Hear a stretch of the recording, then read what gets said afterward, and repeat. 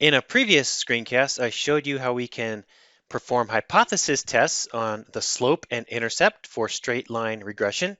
I'm going to extend this analysis to determining the confidence intervals on the slope and intercept in this screencast. The regression output in Excel provides the lower 95 and upper 95% confidence intervals for the example that we've been working through, porosity as a function of temperature for zirconia fine powder. The 95% confidence interval for the intercept is 46.1 up to 94.0, and that of the slope is negative 0.057 to negative 0.024. If your confidence interval had contained 0, you can't rule out that that intercept or coefficient could be 0. And so if 0 is in your 95% confidence interval, you may as well just eliminate that term from the model. So we're working with the following model, y equals beta naught plus beta 1x. This is a straight line regression model. We calculated previously the standard error on the slope is shown here. The standard error on the intercept is shown here.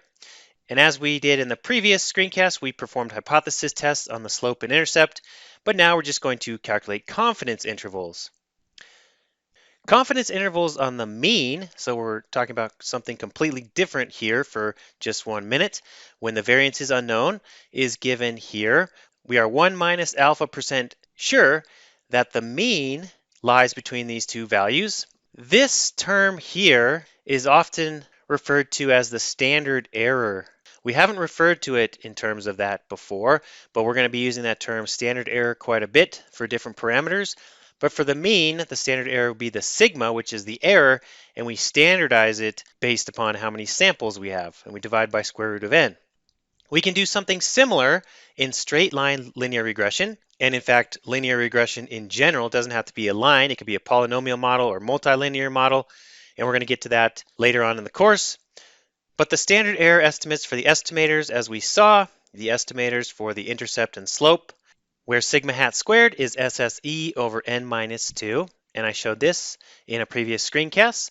We can use these standard errors similar to how we create confidence intervals on the mean. We can use these standard errors.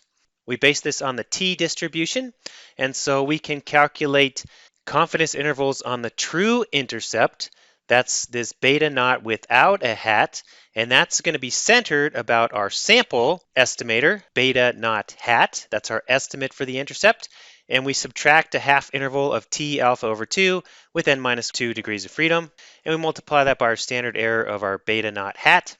And we add that half interval to beta naught hat for the upper side of our confidence interval. We can do the same thing for the confidence interval on the slope using the standard error of our estimator for the slope. And again, if 0 is included in one of these intervals, you cannot prove that that true coefficient value is different from 0.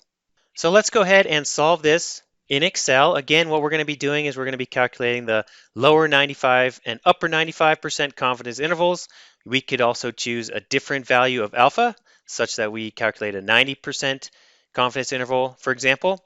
By the way, the regression tool always gives you a 95% confidence interval, and it has an opportunity for you to select a different confidence interval. For example, a 90% confidence interval. However, if you don't select a different confidence interval, it always repeats the 95%. So by default, it's just going to repeat and have two 95% confidence intervals. But these are exactly the same. So I'm going to show you how we can calculate these.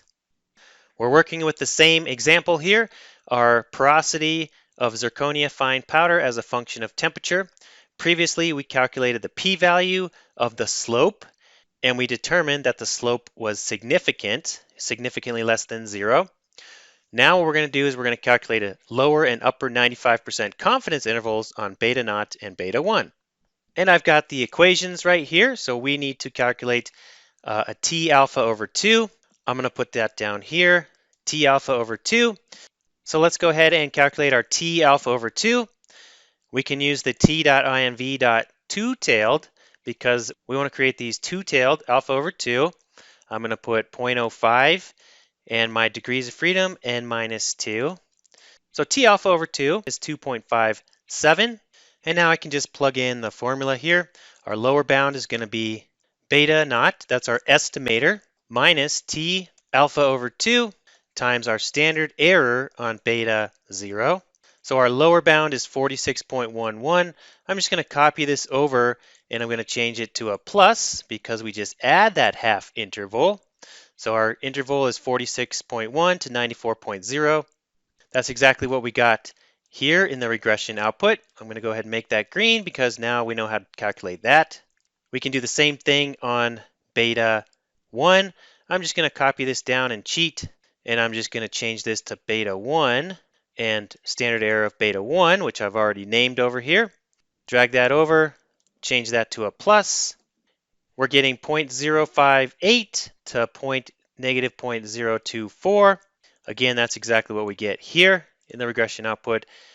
The regression output always gives you a second 95% confidence interval unless you specify a different two-tailed confidence interval. So you've learned how to do all of this, and that's how you can calculate 95% confidence intervals on this slope and intercept for straight line regression. Thanks for watching.